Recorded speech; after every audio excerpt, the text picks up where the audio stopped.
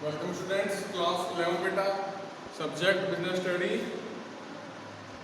In a previous video, discuss the concept of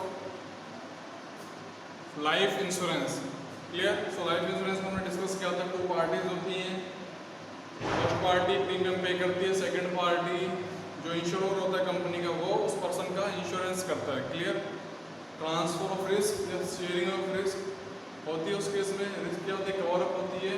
और क्या करना होता है आपको, गुड फेथ के अकॉर्डिंग क्या करना होता है, आपको सारी इन्फॉर्मेशन डिस्क्लोज करनी होती है in the front of insurer. Clear? So today topic fire insurance. Again example लिया हमने, वेयर हाउस है. क्लियर? उस वेयर हाउस में आपका गुड्स स्टोरेज है.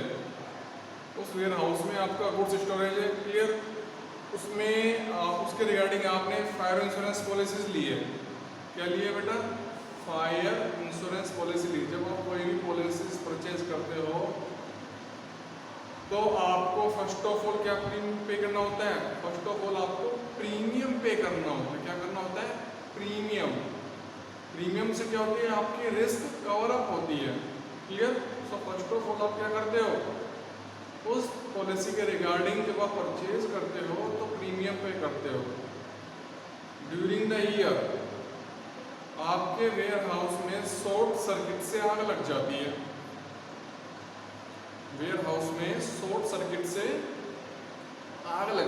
ठीक है? जब वेयर हाउस में शॉर्ट सर्किट से आग लग जाती है तो आप लॉस आइडेंटिफाई करके इंश्योरेंस कंपनी के यहाँ पे क्लेम फाइल करते हो. इंश्योरेंस कंपनी के यहाँ क्या करते हो बेटा? क्लेम फाइल करते हो. ठीक है? जब आप क्लेम फाइल करते हो तो आपकी रिपोर्ट डिपॉजिट हो जाती है. बट जैसे आपने फाइल डिपॉजिट कराई तो क्या होता है, कंपनी का सर्वेयर, कंपनी के साइड से एक पर्सन आता है, उसको सर्वेयर बोलते हैं. वो आपके वेयर हाउस का एनालिसिस करता है, कुछ पिक्स क्लिक करता है जो आपका लॉस हुआ है. फिर उनका क्रॉस चेक करेंगे, एनालिसिस करेंगे. जो वैल्यूएशन ऑफ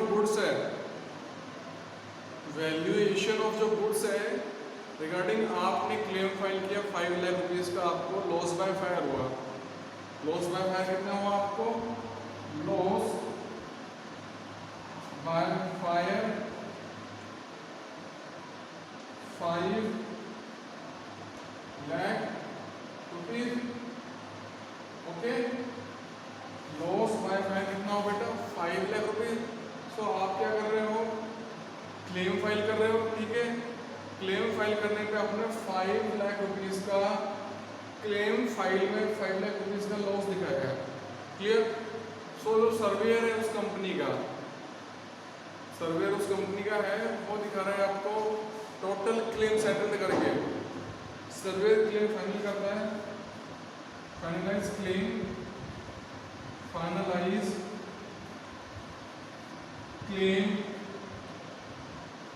बाय सर्वेयर.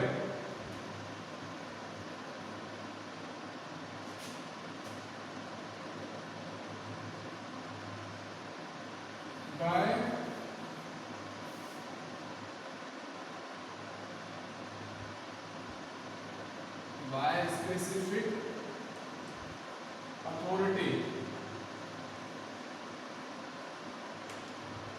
कितने का? 4,50,000 रुपीज का क्लेम पास किया. Finalise claim by specific authority 4,50,000. Clear? So claim final किया है कितने का?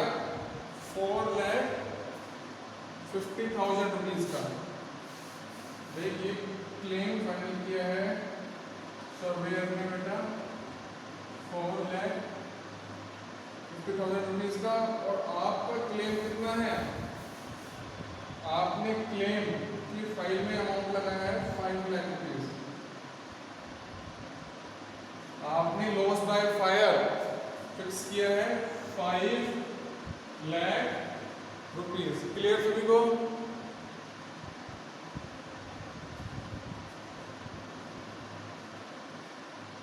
Loss by fire 5 lakh rupees, finalise claim by specific authority, वो सर्वेयर भी हो सकता है, कोई कंपनी का पर्सन भी हो सकता है, सर्वेयर भी कंपनी का पर्सन है। सो क्लेम फाइल कितने का है? 4,50,000 रुपये का। सो ये क्या है? सेटल्ड प्राइस है, फाइनल सेटल्ड प्राइस। क्लियर? सो आपको अल्टीमेटली आपके बैंक अकाउंट में क्लेम का अमाउंट रिसीव होगा 4,50,000। ओके गाइज, सो अब डिस्कस करते हैं बेटा concept of fire insurance. Under a fire insurance contract, under a fire insurance contract, the insurer undertakes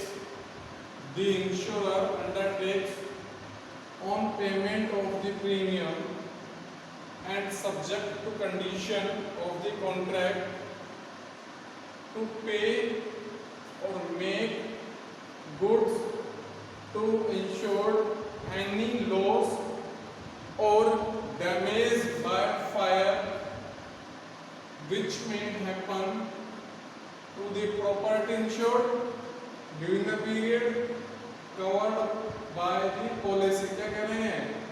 fire insurance contract में जो इंश्योरर है उसने पेमेंट रिसीव किया regarding premium, subject to condition of contract.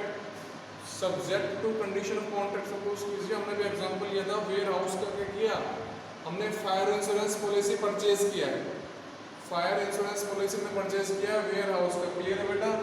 सो जब आपने फायर इंश्योरेंस पॉलिसी परचेज किया ware house का, सो आपने एक सर्टेन अमाउंट ऑफ प्रीमियम पे किया है, सर्टेन अमाउंट ऑफ प्रीमियम क्या किया? पे किया है, और make a goods to the insured any loss, कोई भी लॉस हो रहा है, कोई डैमेज हो रहा है बाय फायर,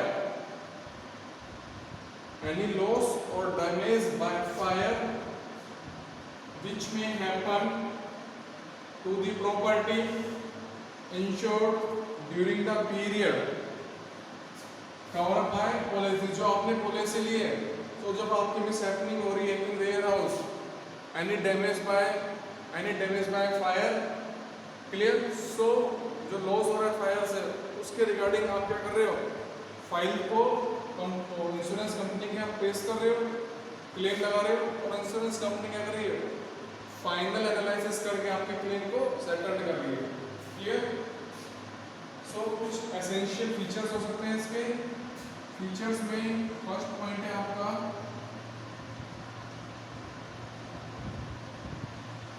फीचर्स में point number 1, again good faith, at most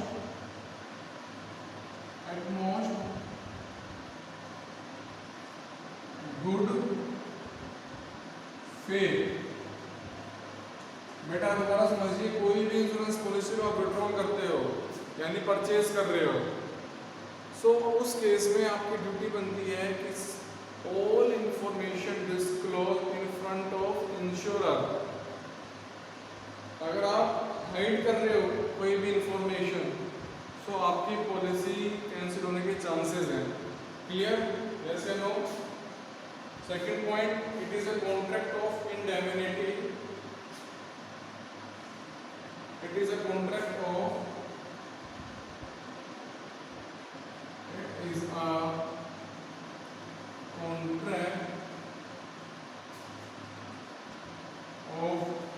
indemnity।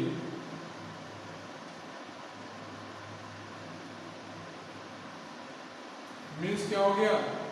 Contract of indemnity. हाँ, अगर लॉस बाय फायर हो रहा है, सो उस केसेस में आपको कंपनसेशन मिलेगा। लॉस बाय थेफ्ट तो आपको फायर कंपनी वो फायर इंश्योरेंस का रिगार्डिंग कवर अप नहीं मिलेगा। आपका लॉस कैसे हुआ है? लॉस बाय थेफ्ट हुआ है। So in that case policy is not responsible, but loss by fire, so principle is applied indemnity। Clear? So it is the contract of indemnity। Clear है बेटा यहाँ पे सभी को? Point number 2। Third, the insured must have an insurable interest। in the subject matter of insurance. Next, the insurer is liable to make good. The insurer is liable. The insurer is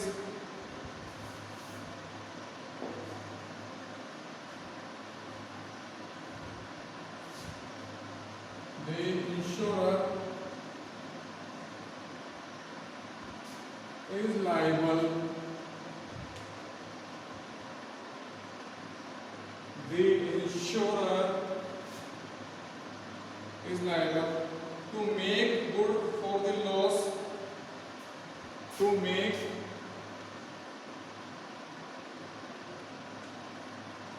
good for a loss.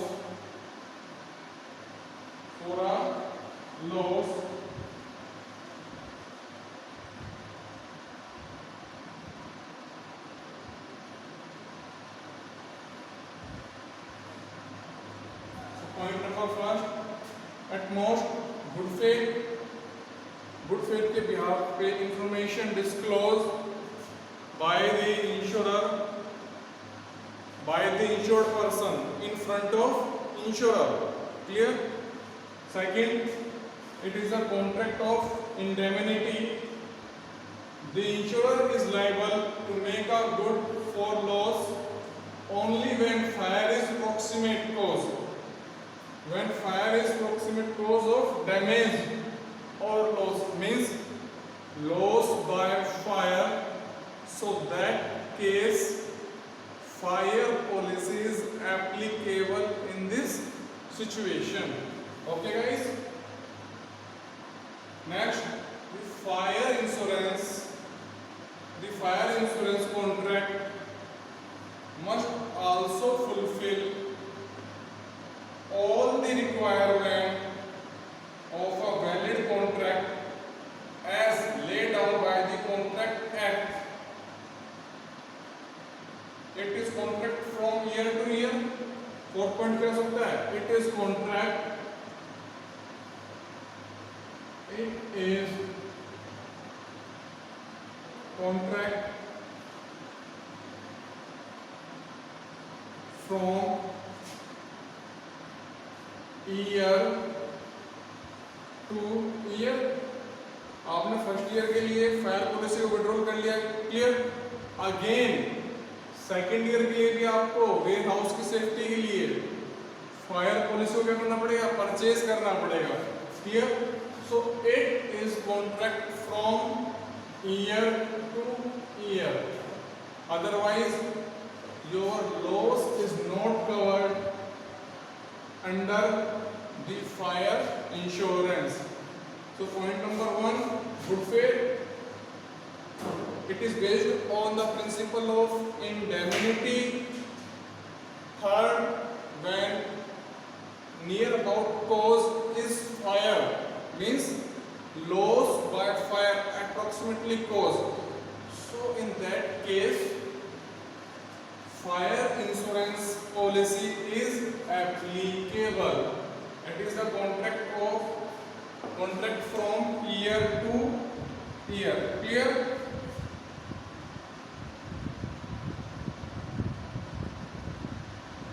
So note करिए बेटा इसको भी.